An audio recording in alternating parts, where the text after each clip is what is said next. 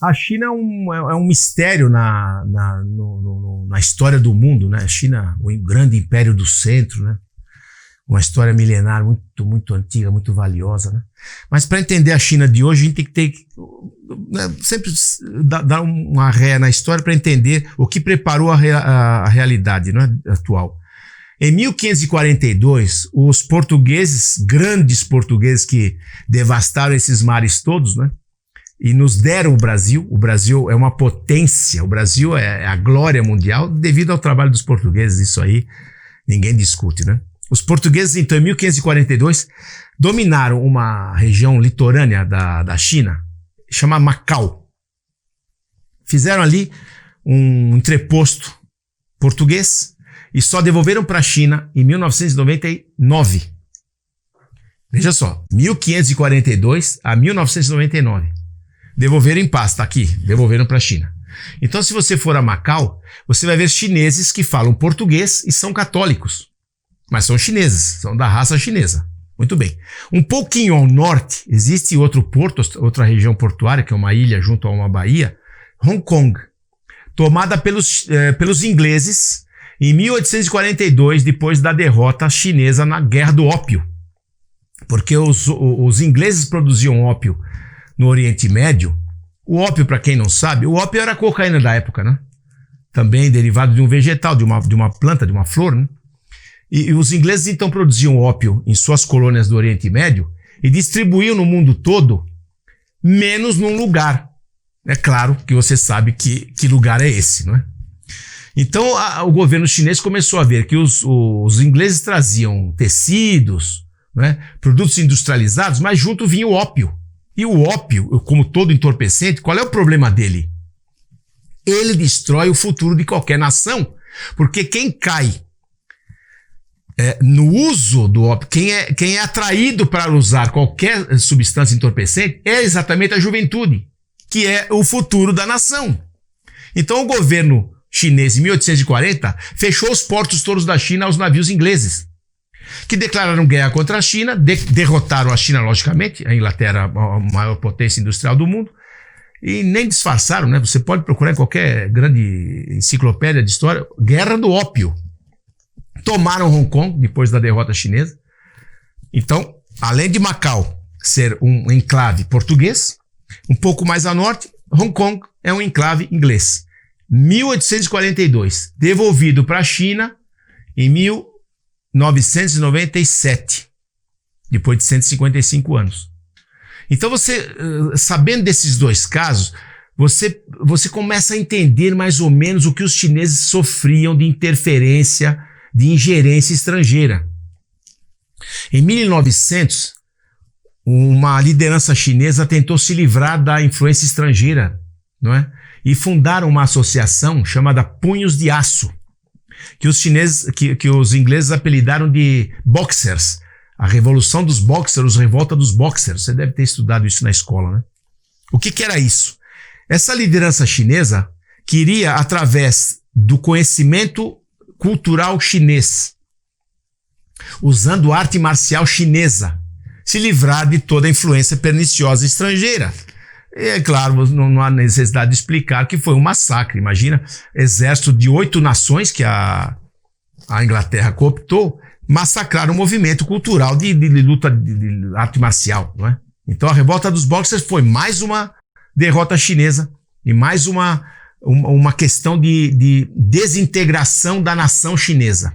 Até que logo depois de 1912 foi proclamada a República. E aí o caos se instalou, né? O último imperador, o Pun Yi, uma criança de 6 anos, ficou preso na cidade proibida até os 24 anos, né? A China sendo uma república. E a China mergulhou numa guerra civil. Havia lá um partido nacionalista chamado Kuomintang, que lutava contra os comunistas liderados por Mao Tse-tung, que era amigo do Stalin, financiado e treinado por Stalin. Isso nos anos 30 e 40. Então veja só. A China, depois de 1912, entrou numa crise na proclamação da República. E então o país dividido numa guerra civil. o Japão, vendo a China enfraquecida, invadiu o norte da China, a Manchúria, para retirada de minério, e colocou nessa região esse último imperador, que já tinha 30 anos, colocou o Puyi como imperador nessa parte da China, como se fosse um títere, um fantoche. Não foi uma coisa muito convincente. Mas quando o Japão é derrotado, em 1945, ele se retira da Coreia, da China, o Stalin invade a China, a parte do norte, e invadiu o norte também do Japão, né? As ilhas Sakhalinas, que até hoje o Japão reclama e a União Soviética não devolve.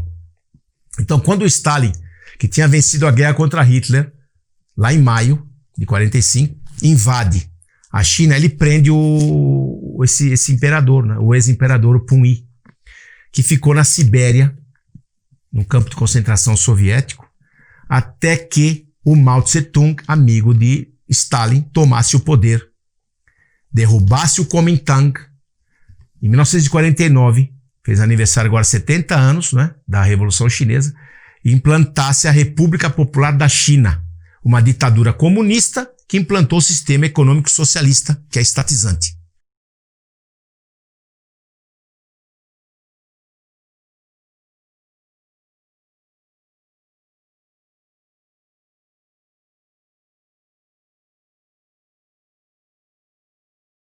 Para falar sobre a China, primeiro a gente vai dar algumas pinceladas na história só para o pessoal tentar compreender, porque é muito difícil compreender o espírito do chinês, né? Compreender, por exemplo, por que o chinês, por exemplo, você pode, quem negocia, quem conhece a China, quem conhece bem o chinês, você pode chamar ele e brigar com ele no privado, mas você não pode chegar sem ele saber e dar uma bronca em público, tipo o Trump tem feito. Porque isso realmente para o chinês é uma humilhação, vamos dizer, muito grande. E na história da China, né, você vai ver que a humilhação é uma coisa que aquele povo, né, conheceu algumas vezes por bastante tempo de maneira intensa, né. É diferente do que você vê na análise das escolas, que fica falando só da questão das guerras do ópio, que for um período realmente de muita humilhação, né, por parte dos ingleses, dos franceses, a divisão da China e tudo mais. Você teve um período anterior de 90 anos que os mongóis tomaram conta da planície central, tá certo? Antes da primeira dinastia Es-Han, essa dinastia San, né, que fala, daí é que vem o apelido povo de Han, né? E também os japoneses em 32 e 37 na Manchúria e tudo mais. Então, os chineses, eles tiveram momentos de muita humilhação na história, uma coisa interessante, é uma coisa atávica, a reação a isso. O principal desse povo de Han, da história da China, que você vai reparar, é que, na verdade, eles desde cedo entenderam uma coisa que muitos dos bons estudiosos de geopolítica dizem, que geografia é destino, né? Se você tem a geografia, você, vamos dizer, não foge dela. E a preocupação toda sempre foi a de proteger e de nutrir a planície central, o povo de Han, tá certo? Tudo o que eles fizeram. E isso tem uma relação bastante grande com o que, vamos dizer, o que acontece hoje.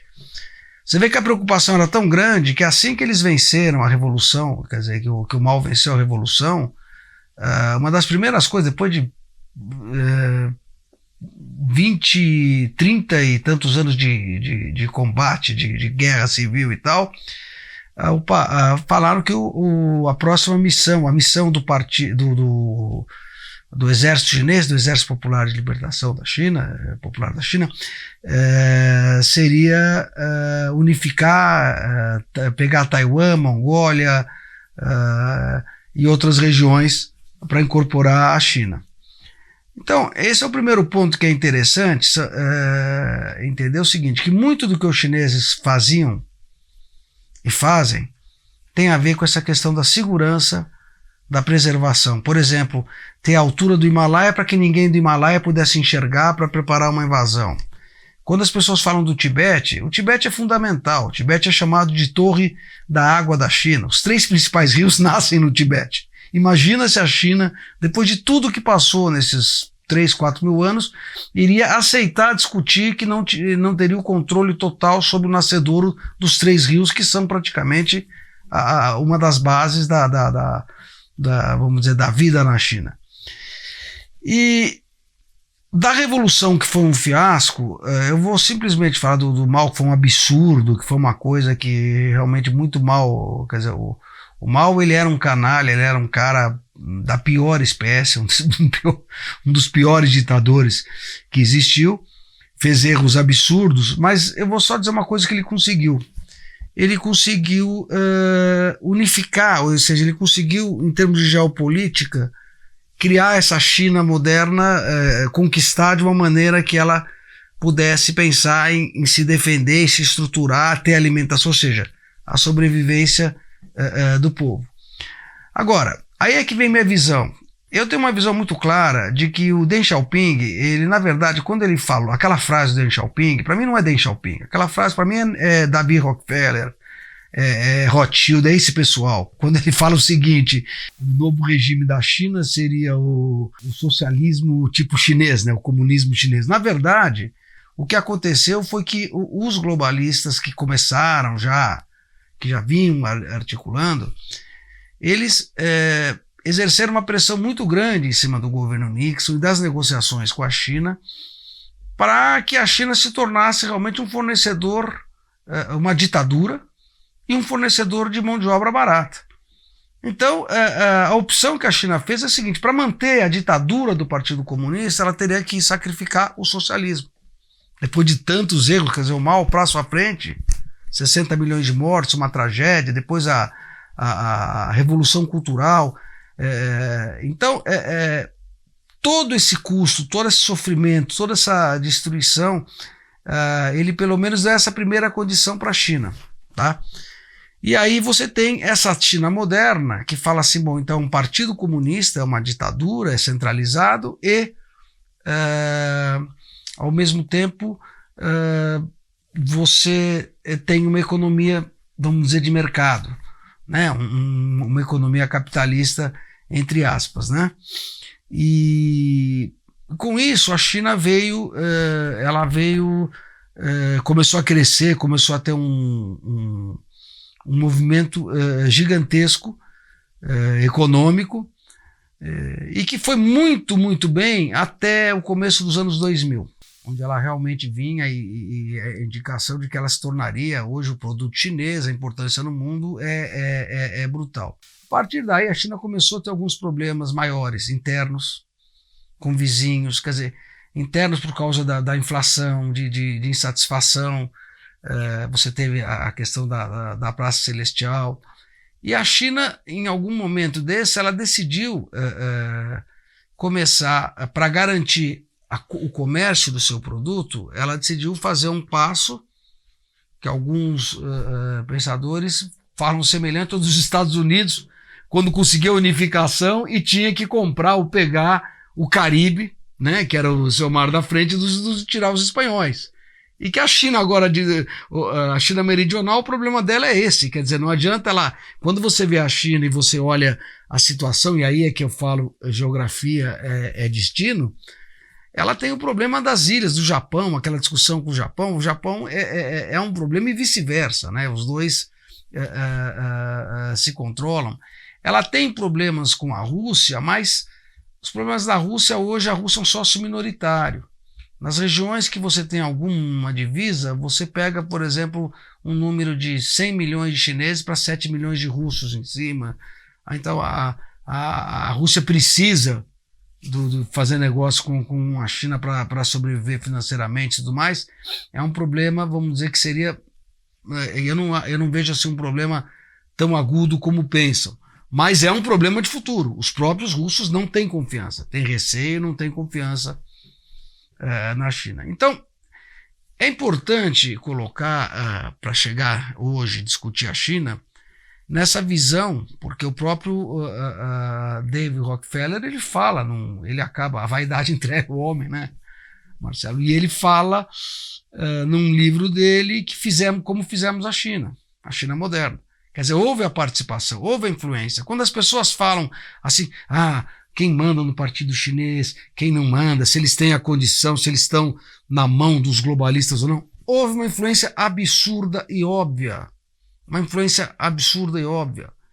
Eles já tinham o mecanismo, os Rockefeller montaram uma planta no leste europeu, conseguiram autorização do governo americano. 1966, montaram uma planta de alumínio no leste europeu. 100% da produção ia para as fábricas da MiG para fazer aviões que via China chegavam no Vietnã para matar os soldados americanos.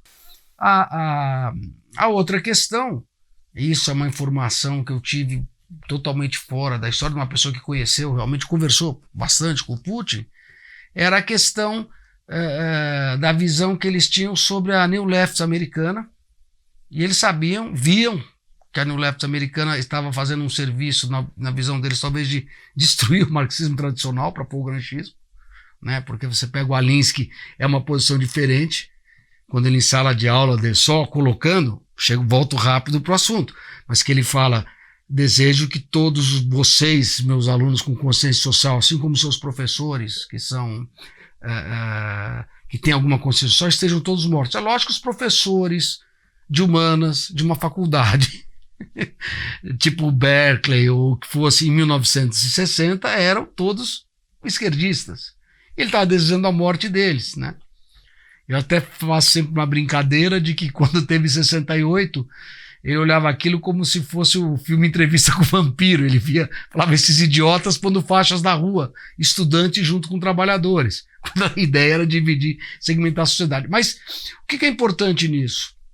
O que o Putin colocou para essa pessoa é o seguinte: quando começou, antes, nos anos 80, quando eles viram que a União Soviética não ia suportar, que ela ia acabar cedendo, eles tiveram uma orientação muito rígida, e que ele entende que foi uma orientação que foi passada inclusive para a China e para a Coreia do Norte, de não admitir de forma nenhuma um gramscista lá dentro.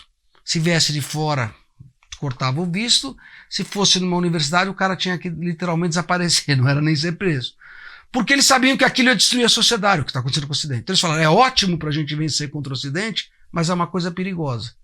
Esse aspecto todo, eu estou falando assim para tentar chegar e hoje mais rápido, é para ajudar a compreender um pouco o que né, as pessoas ficam em dúvida do que seria exatamente a China. Essas discussões que a gente tem, extensivas, que as pessoas falam assim, os chineses criaram o vírus, os chineses jogaram o vírus. Eu entendo que a China é um grande partido, o Partido Comunista Chinês, com seus 100 mil principezinhos, como todo partido comunista. O que são os principezinhos? São herdeiros de pessoas que foram importantes desde o mal. Quer dizer, o cara é um neto de um cara que foi um importante reconhecimento, ou um sobrinho, um filho. Toda essa vantagem que existe no Partido Comunista Chinês, isso traz também, junto no bojo, como todo o regime socialista, quase todo, uma corrupção muito grande. E quando você olha para esse vírus, a minha opinião, você olha hoje para esse vírus, né? Nós estamos chegando... eu acho que o Partido Comunista Chinês ele não espalhou o vírus. Eu acho que esse vírus tinha, de novo, os sócios de ideia do PC, os amigos do PC, ou seja, você vai achar, na minha opinião, envolvimento ainda de grandes, gigantescos empresários globalistas que deviam estar talvez desenvolvendo, quem sabe, uma doença para criar uma vacina ou novos tratamentos, mas na verdade você tem uma coisa mais complexa. Tanto é verdade, tá certo, para quem vê que é uma coisa que a mídia passa direto em branco, mas você vê, por exemplo, o problema seríssimo do pessoal da biologia de Harvard com a justiça americana, né? Quer dizer que você tem vários caras presos, o governo Trump chegou a declarar, pedir para Harvard devolver tudo que teria, vamos dizer, ganhado da sociedade americana através que seria alguma coisa calculada em 40 bilhões de dólares, depois estavam fazendo acordo a 8 bilhões de dólares, mas uma troca geral, preventiva, de toda a direção da escola que tivesse qualquer ligação com grupos até que patrocinam. Que costumam patrocinar. Quer dizer, tem uma. Vamos dizer, eles tomam muito cuidado. Os americanos, eles não vamos dizer, eles jamais fariam um esquema como foi a Lava Jato no Brasil, no sentido de que eles preservam as empresas um pouco mais, eles vão com um pouco mais de cuidado nisso. Mas, do ponto de vista da questão, é uma questão muito séria. São 200 mil americanos mortos e não vai ser um governo que entre, seja democrata ou mantendo o Trump, que vai conseguir, ou que vai ter interesse em segurar e averiguar muito tudo isso. Eu estou dizendo isso porque é muito interessante, quer dizer, você imaginar qual a relação, por exemplo, que a China tem com o povo dela. É a reação quase de eu sou uma formiga poderosa, eu sou o Partido Comunista, eu vou garantir para vocês comida, alguma prosperidade e tal, vocês não vão ter direito de reclamar de nada. E se você pega a história de sobrevivência do povo chinês, deixando um pouco de lado o charme, ou essa visão só de ficar criticando só o Ocidente, quer dizer, eu acho uma pretensão desses pensadores, né, de orientação esquerdista, de achar que tudo que ocorreu na China é retrucando simplesmente as 2 guerras do ópio. Né? A gente tem que concordar que tem 4.000 anos de história. Quer dizer, não é possível, é a mesma coisa, né? Você não pode dizer que, entendeu? Que toda a questão da Argentina se resume ao canal de Beagle. A questão da história da Argentina ou do Chile, ou como uma questão grávida, poderia ter tido uma guerra séria, muito séria. Mas eu digo, Beagle é um problema, foi um problema, pode ser um problema, mas não é só Beagle. Ou você resumir toda a questão do regime argentino e tudo que aconteceu na Argentina simplesmente a Malvinas, né? Então, eu acho que é a mesma coisa, que a gente vê assim, os caras tentam justificar, tentativa de justificar o mal. O Mao Tse-tung não tem justificativa, a que ele fez, mas a única coisa que eu acho que ele conseguiu realmente foi que, a partir do Deng Xiaoping, você já tinha uma base consolidada de, vamos dizer, de sobrevivência garantida. Lembra sempre de separar, né? O comunismo é um sistema político, uma ditadura de um partido só, que implantava o sistema econômico socialista, onde tudo pertence ao Estado, não há propriedade privada. Muito bem. Esse pobre ex-imperador, preso na Sibéria, foi entregue para o Mao Tse-tung, que o deixou 10 anos na prisão, até 59, sofreu muito, ficou doente na prisão, né? Foi humilhado. E depois, para mostrar para a população chinesa que os imperadores, né, eram coisas ligadas aos opressores, essa coisa toda do capitalismo, ele colocou o ex-imperador para trabalhar de jardineiro no palácio do governo, e lá ele morreu em 1967, abandonado e esquecido, desprezado pelo povo chinês. Foi uma das piores desgraças ocorridas por uma família imperial derrubada por repúblicas, né? Mas sobre o Mao Tse-tung eu gostaria de comentar alguma coisa. O Mao Tse-tung, financiado, treinado em Moscou pela Internacional Comunista, olha só, não é? Ele é o Luiz Carlos Prestes da China. Tão burro quanto. O Mao Tse-tung tomou o poder em 49, instituiu a República Popular da China, e ele foi crudelíssimo. Porque o chinês, a mentalidade chinesa ainda nem era capitalista. A China vivia mais ou menos no mundo feudal. Eles não entendiam o recado, não é, da nova ordem que viria dos céus, não é, trazida pelo Mao. Então ele matou muita gente, os proprietários de terra todos, os religiosos todos que não aceitavam essa nova, esse novo Deus estatal, não é? Foi terrível, foi terrível. E o que aconteceu com essa mortandade toda? A China começou a produzir menos e menos alimentos e a fome começou a se instalar. E nesse ponto, a China é absoluta, é um pensamento sem moral, sem ética, mas absolutamente de geopolítica. Quando eles têm o problema que eles têm com o Lao, eles falam, bom, o Lao não incomoda, porque, eu não vou tomar conta daquela selva, nem eles. É muito complexo ali, eu não vou precisar passar mercadoria, a geopolítica no sentido. Quando vem com o Vietnã é muito mais do que qualquer coisa, irrita muito eles, as discussões que eles têm com o Vietnã, entendeu? Mas não é uma coisa que para eles deixam quieto, você vê que não há grandes problemas, entende? Com a própria Índia, tem uma preocupação muito grande que é a questão, aí tem uma preocupação maior, mesmo geopolítica, dessa questão deles, vamos dizer, chegarem, vamos dizer, ao topo do mundo, é quase como um cuidado para evitar que possam dali estar observando ou pensando numa invasão. Então, mistura, tem a questão da geografia, tem essa questão de geopolítica, mas eles são muito orientados nisso. E quando eu digo que não tem ético, moral, não é uma crítica, é que eles pensam diferente.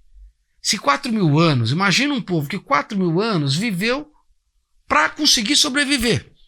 Um povo que tinha ele se gabava os chineses sempre se gabaram de uma coisa. Isso é secular. Eles sempre se gabaram que eles tinham uma distinção até ética, cultural, com relação aos bárbaros que estavam em volta. Né? Mesmo quando você pega os muçulmanos na região leste, você pega todos esses... Eles sempre se gabaram os mongóis, mas esses caras são bárbaros. De repente os mongóis dominaram 90 anos, a planície toda. E já tinham centenas de milhões de pessoas, era uma coisa absurdamente enorme. Quer dizer, uma coisa muito importante. Quer dizer, não eram centenas de milhões, mas eram muitos milhões de habitantes e, vamos dizer, totalmente à mercê de um povo bárbaro, violento, que não tinha nenhum requinte cultural, nada. Que a China, de certa maneira, já se gabava disso. Tá certo? Agora, um país de origem agrária, produtor de arroz e tudo mais, eu acho que é muito importante entender a lógica deles. Eu acho que não existe nada mais perigoso no mundo moderno do que você tentar usar a narrativa politicamente correta para entender a China.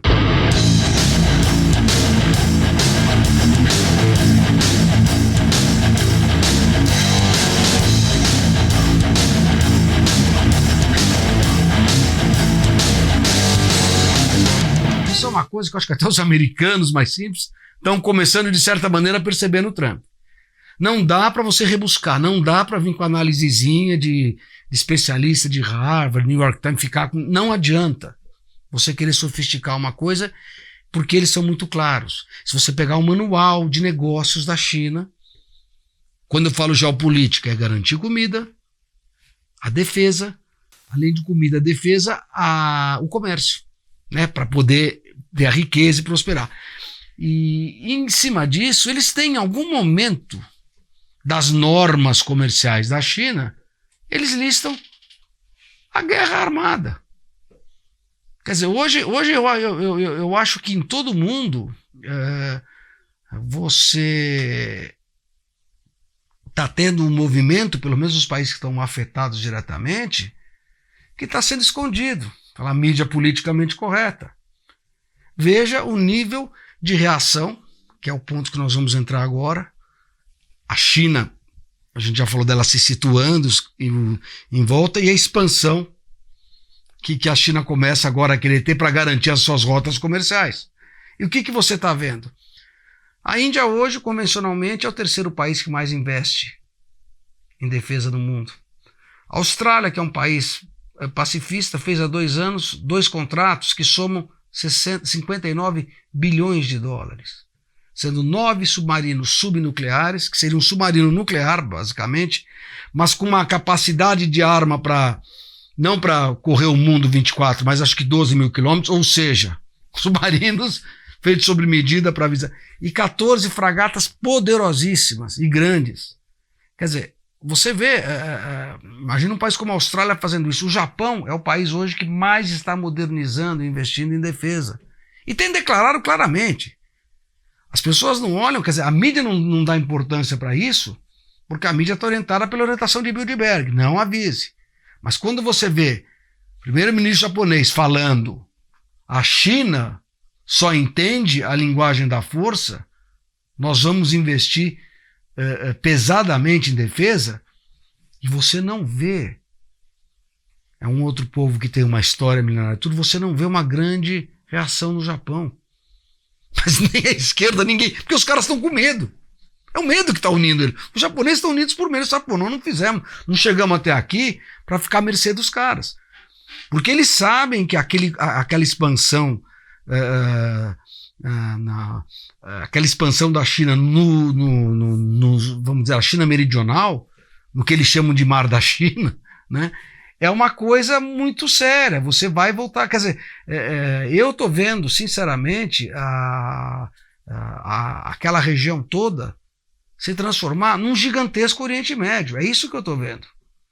Porque quando você pega a Austrália, que está um pouco fora, e você vê a preocupação da Austrália, você vê a Índia, a preocupação da Índia, a armação dele, quer dizer, você começa, e aí você vê os acordos que estão acontecendo, quer dizer, a Coreia do Sul, deixando divergências sérias que eles têm com os japoneses, para entrar num plano que já inclui Japão, Austrália, Índia. Acordos militares estão sendo feitos todo mês. Infelizmente, hoje a gente vive uma época, e aí eu tenho que concordar com o presidente da República, se você lê, você acaba desinformado, de total desinformação.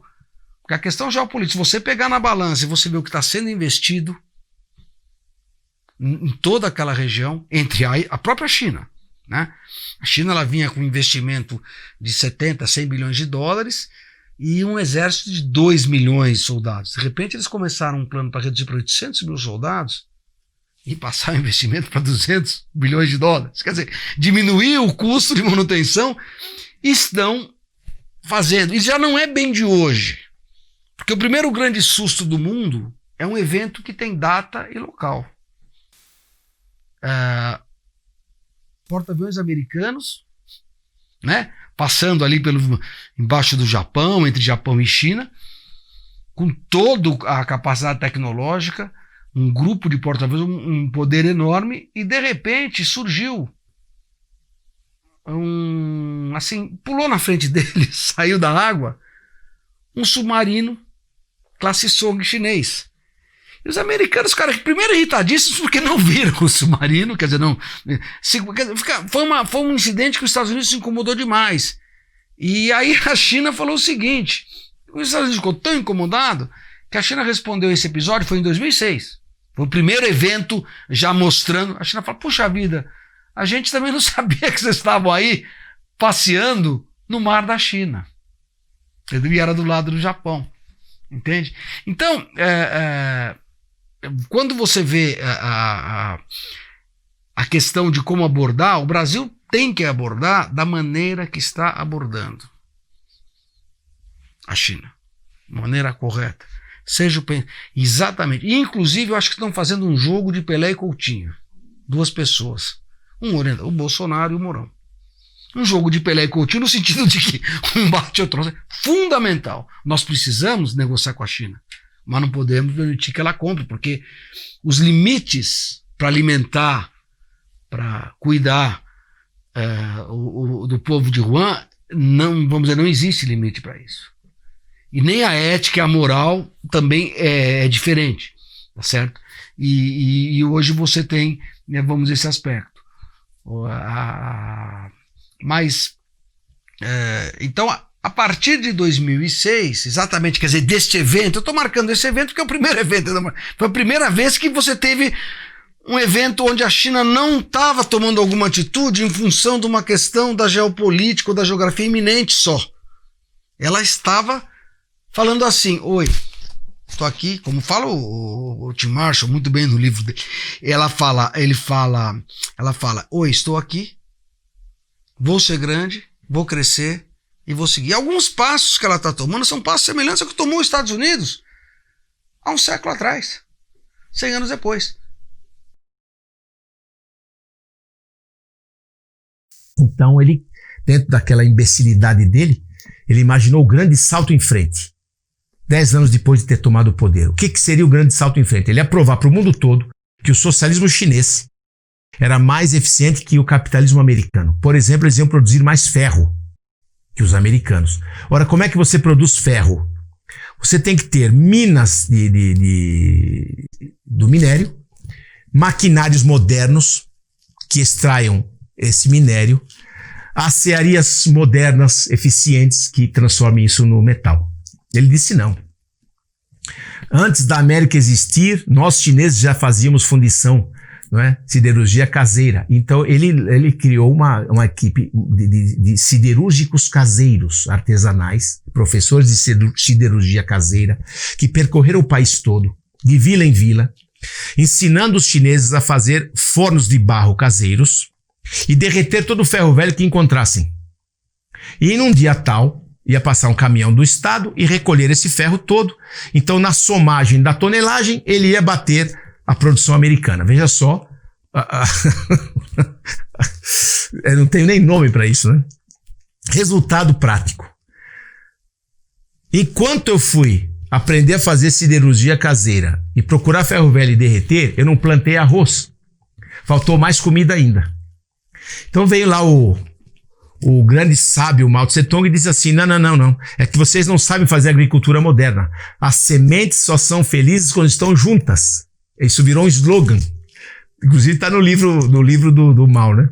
O que é sementes felizes juntas? Em vez de você colocar uma semente de arroz, você coloca 3 ou 4 juntas. Aí a produção vai aumentar.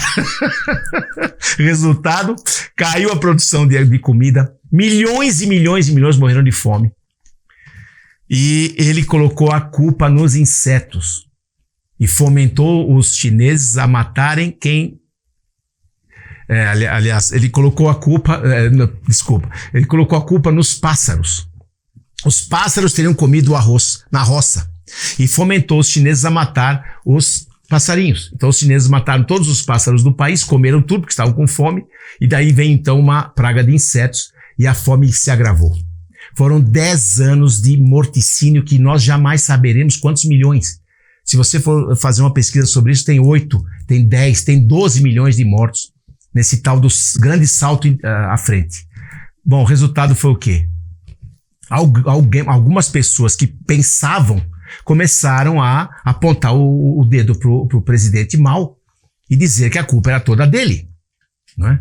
Então ele fez a Revolução Cultural, perseguiu todos os seus detratores, eliminou tudo que pudesse parecer ocidental, roupas, livros, instrumentos musicais, tudo que não era chinês foi pego e foi queimado, foi destruído.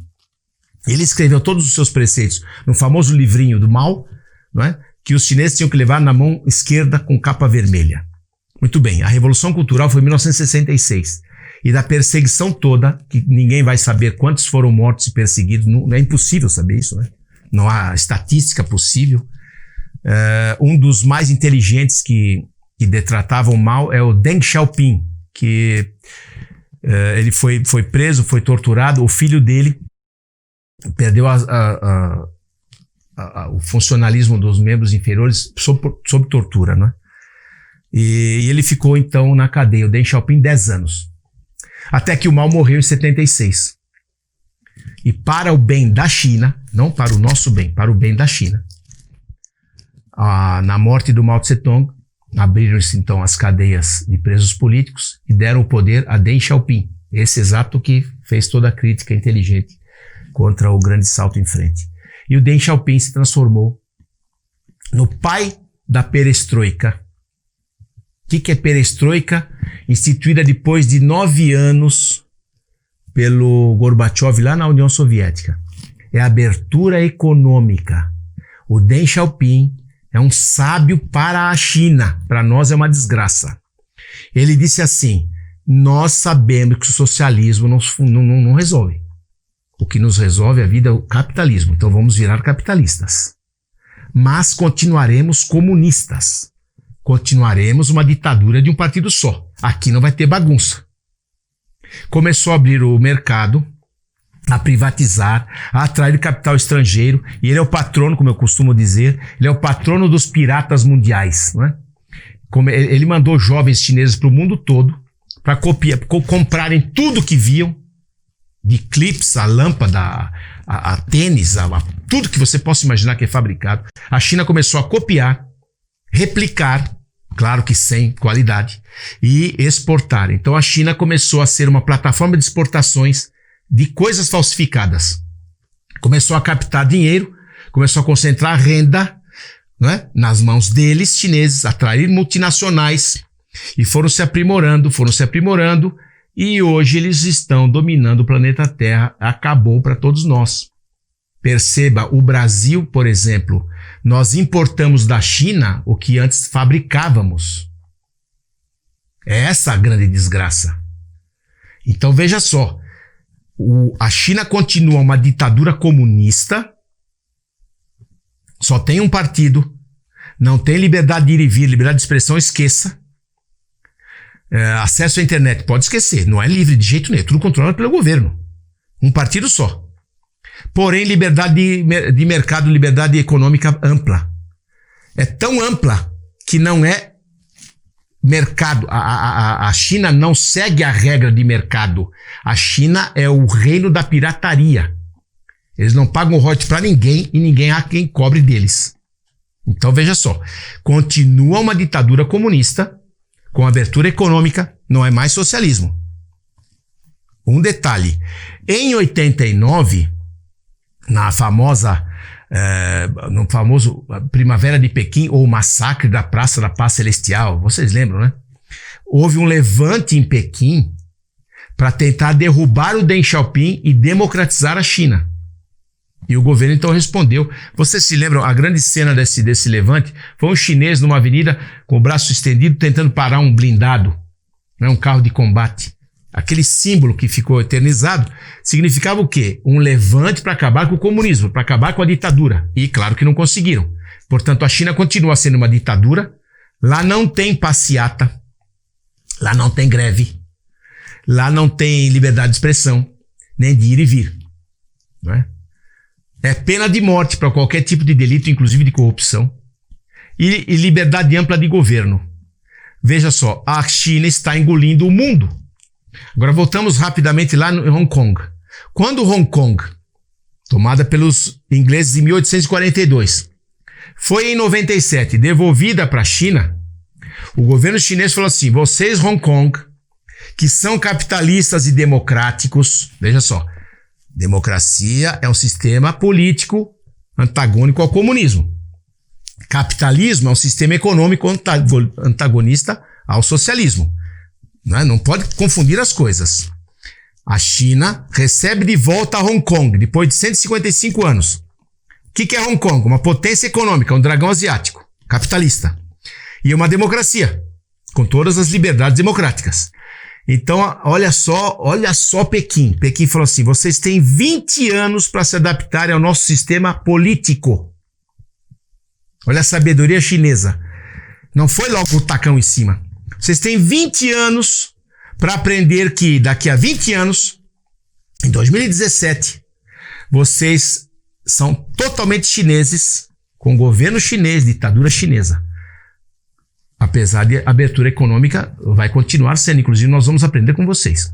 Então, por exemplo, na Olimpíada de 16 aqui no Rio de Janeiro, você viu na abertura entrar a equipe chinesa e a equipe de Hong Kong. Então, Hong Kong ainda tinha essa liberdade. Em 17 acabou. Aí você entende esses levantes lá em Hong Kong, pela liberdade de expressão, de greve, de sentar na rua e parar o aeroporto, essa coisa toda. Então, alguém lá em Hong Kong está tentando impedir o que a China deu de prazo de 20 anos para aprenderem a viver numa ditadura. E podem ter certeza, o pessoal de Hong Kong não tem como ganhar essa parada. Hong Kong vai ser ditadura como o resto da China todo. Essa comparação, por exemplo, de que a China faz no meridional o que os Estados Unidos fez no Caribe, né? Primeiro comprou Nova Orleans, depois foi comprando Asilo, quer dizer, garantiu isso. Ele precisava ter aquele espaço para garantir o comércio. A China sempre comerciou com um certo risco, ela tinha muitos problemas internos. E hoje ela quer garantir as rotas. Então você vê as bases navais, você vê as bases, por exemplo, o projeto da China, da nova Rota da Seda, quando você vê o que eles estão estabelecendo para a Índia, você vê uma possibilidade real de uma hora acontecer um conflito. A gente fala, não, veja bem, não tem veja bem. É claro, é notório. Se você olha os planos, tá certo? Eu tenho certeza, eu digo uma coisa, um país pacífico como o Brasil, né? Se viesse, de repente, a Venezuela ficava uma super potência do dinheiro globalista, os caras põem dinheiro no comunismo e falassem, não, nós vamos fazer uma base em Fernando Noronha. Entendeu? Nós entendemos que esses poços de petróleo do Brasil e essas minas de Roraima, na verdade, elas têm ligação por baixo da terra com a Venezuela. Sabe? Começa a se provocar de todo jeito, até uma hora que o Brasil falava, bom, né? Falar assim, não dá, vocês não vão fazer uma base em Fernando Noronha, vocês não vão ficar pedindo. Lógico, é uma geopolítica, uma geografia muito mais simples. Eu estou dando um exemplo absurdo só para entender o que eles estão fazendo. Você vê como eles estão, quer dizer, eles estão assumindo um risco de um conflito para valer com a Índia. E é tão agressivo esse risco que o próprio Macron declarou, quer dizer, mesmo que a Europa saindo do jogo, se desinteressando por tudo em termos de defesa, o Macron falou, se houver um problema nós estamos com a Índia. Porque ele viu o risco, eles começam a ver, porque a hora que vai chegando, uma coisa é você fazer o discurso enquanto está lá longe. Outra coisa é você ver a coisa caminhando. Entende? E realmente tem assustado o mundo. E a Índia, ela é um país do grupo nuclear, mas está também se transformando numa poderosíssima nação a nível de armamento convencional. E vai crescer. E fez agora esse acordo com a Austrália. Está entrando Coreia do Sul e Japão, além dos Estados Unidos, que é um apoio, é uma coisa muito agressiva. É dizer o seguinte, que todas as bases militares, navais ou aéreas podem ser desfrutadas com tranquilidade por todos os exércitos. Quer dizer, estão começando a fazer isso, é uma força, quase que uma força comum, tá certo? E é óbvio que informalmente já conversam com Taiwan, quer dizer, Taiwan de qualquer maneira, hoje Taiwan é como se fosse aquela luz vermelha, né? Se a China tentar alguma coisa com Taiwan, os outros vão falar, bom, quem vai ser o próximo? Entendeu? E começou isso em 2006. Esse problema todo, Marcelo, é engraçado que ele vem com os problemas econômicos que começaram a ocorrer na China. O aumento do custo de produção, uma certa insatisfação da população, uma certa dificuldade. Esse vírus, ele veio a calhar no sentido de que, só nisso, não é que veio a calhar, a China no fim vai perder com isso, mas de dar uma bagunçada geral no mundo, porque a China estava tendo problemas muito sérios. Quer dizer, hoje, por exemplo, quando você pega e você pressiona as empresas americanas, falar, nós vamos forçar o capital americano, por exemplo, sair da China, você vê que eles vêm na Ásia, opções, eles vêm na Índia, eles vêm no México. O México é um país que, apesar de toda a bagunça, porque lá fala, pô, ali é mais próximo, é mais seguro, quer dizer, existem opções inclusive de custo, né? Porque, agora, eu acho também, aí é uma opinião minha, né? Então eu assumo como opinião minha, não é? Que eles estão muito incentivados pelo movimento globalista. Eu acho que o Partido Comunista Chinês, uma parte dele, e acho também que o Trump está apertando, o Trump está meio dando um recado, a minha opinião. O Trump está dando um recado que é o seguinte, bom, vocês têm uma dívida, vocês têm que responder por isso, vocês foram maus, mas o Trump quer que ele entregue os caras.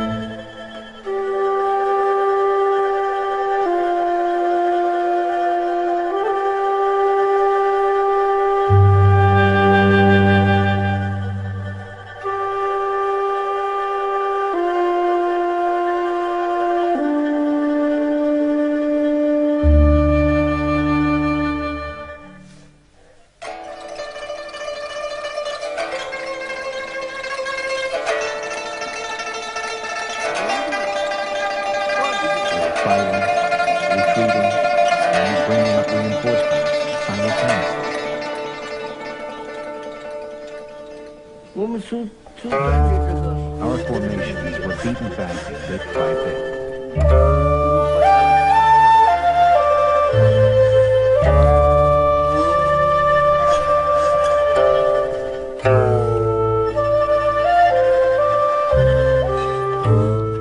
Olha, a Revolução, na verdade, ela teve duas fases bem claras. A primeira, que foi uma reação ao domínio e à humilhação, a divisão da China entre ingleses e franceses, que foi entre 27 e 37. E foi vencedora. A China expulsou e teve a vitória. Mas as forças nacionalistas, elas eram bem maiores, e as forças comunistas, né, que depois alinhadas com o Mao, elas eram bem mais fracas. E elas partiram para um esquema de guerra de guerrilha, passaram a contar com apoio, de novo, muito importante da União Soviética, em termos de estratégia de luta, de armas, várias coisas. E, de novo, a União Soviética do Stalin, com relações razoáveis com banqueiros americanos, né? Isso daria um outro capítulo. E também os Estados Unidos absolutamente cego a essa situação, que eu também acho que tem a ver. Os Estados Unidos sempre representado por seus grandes empresários e tudo mais, com uma visão já globalista, como culminou com a Guerra do Vietnã, como eu falei, o evento dos caças dos MiG-21 numa fábrica de empresários americanos no leste europeu. Então, a primeira fase, ela foi muito intensa e realmente, quando acabou, ou seja, o motivo da revolução, primeiro, era realmente a independência, se libertar do jugo de França, do Ocidente, das potências europeias. E foi muito, vamos dizer, foi muito intensa, mas acabou tendo uma vitória grande da China. E no começo, quer dizer, o que talvez o Ocidente imaginasse é que os nacionalistas iriam prevalecer. Depois vamos dizer, da Segunda Guerra, a revolta comunista começou a aumentar. Estranhamente, os Estados Unidos deixou, talvez numa visão que ele tinha de época já influenciada, que era uma visão já totalmente contrária que tinha o Churchill na Inglaterra, a visão do avanço o Churchill já via como impossível a convivência, e a Europa sem condição nenhuma de fazer nada, e também não teria, eu acho que uma condição até histórica, moral e tal, de ir defender um lado ou outro. Eles não iam aceitar lutar com os caras que eles tinham se matado anos para se libertar, mas o que não era o caso dos americanos. Mas o que aconteceu é que em 49 o Mao venceu. O Mao venceu em dois sentidos, né? O Mao venceu e Mao Tse-tung prosperou. O pessoal do Kai-shek fugiu para Taiwan, né? Para a ilha Taiwan, fundaram a República da China, República Democrática da China, e aí você teve vamos dizer, a Revolução. A Revolução, quando eu falo que foi uma barbaridade, ela foi uma barbaridade, sabe? Ela foi uma barbaridade pelo fracasso de todos os métodos, pela barbaridade do Mao. O Mao era um cara bárbaro, o Mao era um pedófilo inveterado, mas inveterado, assim, que você via, inclusive você tinha até fotos na época lá que saíam dele com pedófilo, assim, em termos de meninas pequenas e mulheres. Era um cara totalmente degenerado. E aí, com aquela dificuldade histórica que eu acho que todo o regime marxista, bolcheviques, os comunistas sempre tiveram com os anarquistas, né? Tanto que sempre traíram, sempre assassinaram, mataram. Ele tinha esse mesmo problema. Ele acho que herdou do pensamento russo, porque eles tinham um problema muito sério, eu acho, com os camponeses. Sempre tiveram. A coletivização na Rússia, na China, não deu certo, porque, por exemplo, na Rússia você pegava o cara há séculos vivendo, tinha um senhor feudal que vivia em outra região, que ia lá de vez em quando. Se ia bem o ano, ele pagava os tributos, tinha uma certa garantia de defesa, ou seja, uma visão de que aquela terra ia ser do filho, ia ser dele. Quando vem a coletivização, acaba isso. Então, primeiro ele fala, bom, eu não tenho mais terra, não vai ser mais do meu filho. E o ano bom? Ano bom ou ruim não muda nada, porque o meu produto vai embora. Então, na verdade, foi uma escravização, eles escravizaram. Tá certo? Eu vejo essa ligação, quando eu falei da influência da União Soviética, muito grande, porque o Lenin, quando estava perdendo a revolução, numa fase da revolução, estava quase desistindo, os anarquistas ucranianos, que estavam fazendo um sucesso tremendo na região da Ucrânia, aquela região do chamado leste europeu, acabaram aceitando e ajudar. A revolução prosperou, venceu, e depois eles foram massacrados já na noite de comemoração, né? Quando fala-se do Hitler da Noite dos Pinhais, eles degolaram 160 ucranianos na bebedeira, e depois o Stalin repetiu isso com o último líder, quando soltou os anarquistas presos para ir no enterro, e depois, quando eles voltaram para a cadeia no fim do dia à noite, matou todos. E por uma coisa muito simples, para o camponês que vinha do feudalismo, era muito mais simples entender o lema do anarquismo, terra e liberdade, né? Eles tinham o conceito da terra, não a visão, eles tinham preocupação daquela visão de ser um mega capitalista, mas aquela questão da terra que ele trabalhava, ser uma coisa que era dele, dos filhos e tal. E eu acho que isso é uma coisa. Teve até um programa da BBC muito interessante, que passou até no canal da Globo, estranhamente, que é a história do anarquismo, que é muito bacana, que mostra toda a história do anarquismo e as traições, começando no México com o Zapata, que foi traído, e a desculpa dos então, vamos dizer, bolcheviques, aquele ano anterior à revolução. Aquela era uma revolução, começou anarquista. O Zapata era um cara que não tinha visão ideológica do anarquismo, mas eles começaram a perder, se juntaram ao Zapata, ele veio, começou a vencer. Quando entrou no México, entrou lá aquela famosa foto dele entrando de branco com a Virgem de Guadalupe, e os caras aproveitaram. Já eram as narrativas, já era mentira. Acho que o marxista, a narrativa é uma coisa que já era uma doença. Falaram, tá vendo? Eles devem ser pagos pelos patrões, que tinham destruído tudo que era fazenda, porque entraram com a Virgem de Guadalupe. Família, conservadora, aquela narrativa, traíram e marcaram depois do encontro, porque ele foi expulso da cidade do México, e marcaram o encontro de que forma? Vamos retomar a luta, deram o recado. Você tinha razão.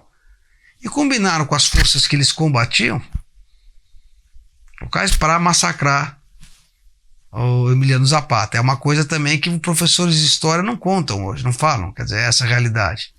Não falam da traição que houve aos anarquistas na Rússia, durante a Revolução, os massacres, tá certo? Não contam que o Mussolini era um socialista e que Mussolini era um homem que entendia, era inteligente, ele entendia de questão de mercado. E ele sabia isso, eu sei porque meu avô me contou, que tinha uma indústria pequena e sofreu. O italiano tinha um verdadeiro pavor do anarquismo. Porque o anarquista, ele bagunçava tudo, ele atacava as famílias, destruía. Então aí que ele criou, ele pegou o Gentili, que era um dos principais pensadores, segundo Karl Marx, para Karl Marx. Vamos dizer que eu estou falando bobagem, mas não é, essa é a verdade. Narrativa, não estou preocupado, eles vão ficar bravos mesmo. E fez a teoria fascista, que você vê o negócio de Estado, tudo pelo Estado, tal. A diferença, a visão nacional, porque você tinha uma história, a Itália tinha acabado de se formar como nação, os Estados-nação, a formação das nações, tinha uma influência disso, mas ele era um grande socialista, né? Tem até na história que ele está servindo agora para outras coisas, mas que ele por 2 vezes tentou que o Papa, que ele era contra a religião, depois ele readmitiu a religião, excomungasse Hitler. Ele tinha medo do Hitler nos anos 30. Ele sabia que ia dar problema, ele queria ver se o exército alemão resolvia. Mas voltando agora à China, eu acho que o principal aspecto da vitória não foi a competência de combate, foi o apoio logístico, estratégico da União Soviética. Tá? E que logo depois começaram as diferenças, eles chegaram até a ter um confronto sério. Em 62 com a Índia, depois em 67 69 com a União Soviética. Mas a revolução, então você tem a revolução, eles vão implementando, aí você chega no passo adiante. O passo adiante foi uma tragédia, basicamente começou com a ideia de que os passarinhos comiam um pouco de comida e que os passarinhos podiam alimentar o povo, e ele mandou matar todos os passarinhos. E se eles não conseguissem matar, ficassem batendo panela, as crianças, todo mundo, para que o passarinho caísse exausto e morresse. Comeram muito passarinho, mano. Depois, o resultado foram uns 60 milhões de mortos de fome. E eu vejo análise de jovens, hoje, professores, que não dá para chamar crápula, porque eu chamaria só de idiota. Falando que há versões, que existem versões de que morreram muitas pessoas. Eu cheguei a ver um falando em milhares de pessoas morreram na grande fome da China. Milhares de pessoas. 50, 60 milhões. Para você ver vamos dizer, você faz tudo relativo, né? Tem certo e errado. Depois teve a Revolução Cultural, que foi outra barbaridade. E aí eu acho que a China estava pronta para exatamente vir o Deng Xiaoping, que para mim foi um cara, é a minha visão, aí eu assumo para mim, um cara totalmente influenciado já pelo que nós viemos, quer dizer, pelos globalistas, né? Aí falar, bom, já existia a nova ordem mundial. Não existia a nova ordem mundial. Existia uma ideia assim, uma semente. Existia claramente uma semente. A guerra do Vietnã é a prova cabal. A mídia, Bilderberg, com 14 anos de existência. O que é Bilderberg? Basicamente é o seguinte: grandes bilionários, vamos adquirir a maioria da mídia de importância do mundo. É o que você vê hoje. Quando você pega as plataformas, você vê toda essa atuação da mídia no Ocidente, é exatamente o que eu falo, o que eu brinco, o Clube de Bilderberg, porque é de lá que sai. E quando as pessoas demonizam a figura do George Soros, que por acaso está ligado na China, tem negócios com a China, tem a parte de remédios e tudo mais, ele é simplesmente o dealer, ele é a ponta de lança, ele seria a ponta de lança, o cara que aparece com seus 30 bilhões de dólares, mas tem outros vários trilhões por banqueiros que as pessoas insistem em falar. Eu vejo algumas pessoas falar, mas o Rothschild já foi. Eu falo, não, eles têm dezenas, eles agem em conjunto, têm o pensamento em conjunto, entendeu? E então você vê que a revolução, ela terminou, na minha opinião, ela teve com Deng Xiaoping, ela passou a ter uma grande influência globalista. Não interessa essa ideia de você falar, bom, mas então você está querendo dizer a teoria da conspiração, que alguns bilionários mandam na China. Não é isso. Claramente não é isso. Tem que ter má vontade para falar isso. O que eu estou dizendo é que esta China, né, esse socialismo, o comunismo, o socialismo no modo chinês, na verdade foi o quê? Foi uma troca que eles fizeram. Depois de tanto fracasso, falaram, bom, vamos trocar o socialismo por um regime capitalista controlado pelo Estado para poder vencer o Partido Comunista Chinês e a ditadura. E o Partido Comunista Chinês hoje são 90 milhões de pessoas, e que ainda na liderança, no grupo de elite máxima, você tem os tais príncipezinhos, que são cerca de 100 mil caras, que tem sempre uma importância muito grande, que tem uma força muito grande. E que de vez em quando você via eles prendendo algum, condenando à morte, mas era mais para tentar, vamos dizer, dar um exemplo. É lógico que tem outros fatores, é uma visão um tanto simplista, mas eu vejo claramente que houve esse alinhamento. Por isso que eu digo que a nova ordem mundial, ela vinha já a criação da ONU e tal, que imaginava a justificativa bonita de que era para evitar guerra, eu acho que a ONU não evitou guerra nenhuma. A ONU, o que evitou guerra, infelizmente, foi a bomba atômica, no sentido de, infelizmente, por existir. Porque aí os caras veem que é uma consequência mais complexa. Você destruir um país para valer, nos países que têm as armas nucleares. Entende? Quer dizer, isso essa ideia. Tanto que, terminando, uma coisa que eu acho interessante, e repercute também até no que está acontecendo com a China hoje. Foi uma entrevista rara do Jacob Rothschild, que ele deu no final para o The Guardian, que é uma das principais cornetas do The Guardian, Rothschild, Agnelli, né? Que ele deu no final de 2018,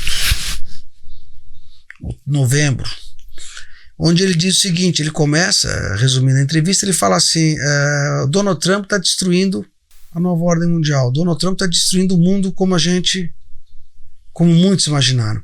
Muitas pessoas boas estão de décadas ou séculos estão se revirando no túmulo pelo que ele está fazendo. Aí em seguida ele fala, mas o Trump não é uma má pessoa. E aí ele faz uma meia-culpa, que é um negócio assim, vale a pena procurar, porque eu acho lindo, Marcelo. Assim, até porque encerra a questão da teoria da conspiração. Aí ele faz uma meia-culpa, ele fala assim, nós conseguimos evitar uma grande guerra. Conseguimos, com a ONU, com tudo. Mas, na verdade, nós estamos envolvidos em todos os eventos de sangue, luta, o que for, importantes do planeta nos últimos anos, nas últimas décadas. E cada vez mais nós estamos sempre envolvidos, nós temos sempre responsabilidade. E o nível de transtorno da coisa acaba chegando a um ponto que você questiona se o intuito está sendo mantido. E fala outras coisas. Depois de 10 dias, para você ver como funcionam as coisas, o George Soros respondeu para o patrão. Fez uma matéria no The Guardian, onde ele fala, não, os globalistas, Trump e Putin vão passar, nós vamos vencer. E rebate tudo o que ele falou. E aí eu falei, puxa vida, ficou ruim pro Jacob. Passou 15 dias, Israel abriu uma investigação criminal, não sei se sobre coisas do Soros na Segunda Guerra. Depois o Boris Johnson, mais uma semana, também tem hoje investigação criminal correndo na Inglaterra. E passou mais um pouco, entrou um abaixo-assinado de 60 mil assinaturas na Casa Branca exigindo que as atividades do Soros fossem investigadas. Quer dizer, então você vê que realmente, aí você vê claramente que talvez seja um momento, e eu acho que isso tem uma razão muito simples de entender. O banqueiro no limite, ele muda de lado. Porque no banqueiro, vamos dizer, não vou dizer que ele todos cultivam o prazer de ver sangue, porque, né? É com sangue rolando que se fazem os melhores negócios e ganha dinheiro. Eu acho que a coisa não está dando certo. Eles estão jogando tudo agora.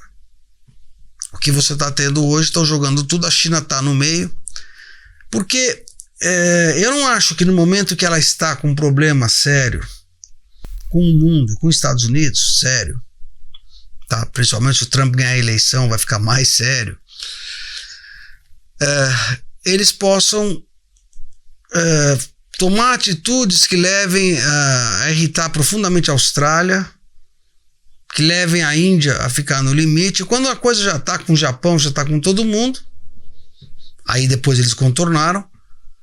Um membro do Partido Comunista Chinês, com importância, agora não sei o nome, soltou em vários sites de notícia que Vladivostok, na verdade, pertencia à China e não à Rússia. Quer dizer, você concorda? Alguém está querendo ver rolar sangue mesmo, não é possível, você concorda ou não? Quer dizer, é um desespero, quer dizer, até estrategicamente, você fala, bom, eu contra todos, não dá para ser eu contra todos, porque só se você tiver, imagina, só uma coisa, Rússia, se ele vai arrumar uma encrenca, Índia, França, antes de falar nos Estados Unidos, não vai dar tempo para os americanos usarem nenhuma arma. Concorda? Eles não têm condição, nem a nível nuclear, nem a nível nenhum, né? A Índia hoje ela tem 60%, 70% da capacidade convencional da China. A Rússia talvez tenha menos, tenha 40%, 50%. Nuclear, a Rússia é N vezes a China. A Índia é menor, mas é próxima. A França também, quer dizer... E eles arrumando toda essa encrenca. Então você vê que, às vezes, eu acho assim, que não existe esse ente travado que é o Partido Comunista. Sabe, a gente no Brasil tem um problema, e que isso eu vejo desde o tempo que minha mãe fez filosofia na USP no final dos anos 60. A gente tem uma coisa brasileira de ficar enaltecendo, engrandecendo e criando assim que os comunistas, como se fosse uma visão, uma coisa do outro mundo. Eles têm, como qualquer grupo político, eles têm qualidades, têm defeitos, entendeu? E aí o defeito que eu vejo lá o problema grande é a questão da corrupção. A Deutsche Welle, para terminar falando de China, fez um documentário e até meu irmão falou, veja esse documentário. A Deutsche Welle não é exatamente uma Fox, uma Skynet, ela da Austrália, ela é uma versão da BBC, vamos dizer, alemã. E pegaram comentaristas, 3, 4 comentaristas, pensadores, professores universitários. O primeiro chegou e falou, o que você acha da situação da China, tal? Antes do coronavírus, ele falou o seguinte, começa assim, enquanto a China mantiver campos de concentração, não tem mais como nenhum tipo de conversa com esse regime. Então você vê que agora vem vindo uma conta da pandemia. Você concorda ou não? Quer dizer, quando você imaginar, há 1 ano e meio atrás, que um professor provavelmente numa rede, se não globalista, de esquerda autêntica, coisa rara, o cara ia fazer um comentário desse. Tá certo? Ia ser tão fora de contexto que eles iam cortar, tirar o cara do estúdio. E o cara já começou assim. Entendeu? Então e eu acho que, eu não sei o que eles vão fazer, mas eles precisariam entregar quem está por trás dessa questão do vírus também, porque vai ser um problema muito sério. Eu vejo isso. Então eu acho que a revolução serviu a história do povo chinês para no fim se tornar um sonho de consumo globalista. Toda essa influência que ela tem na ONU, que ela tem... 天道酬勤，日新月异。2017年，我们召开了中国共产党第19次全国代表大会，开启了全面建设社会主义现代化国家新征程。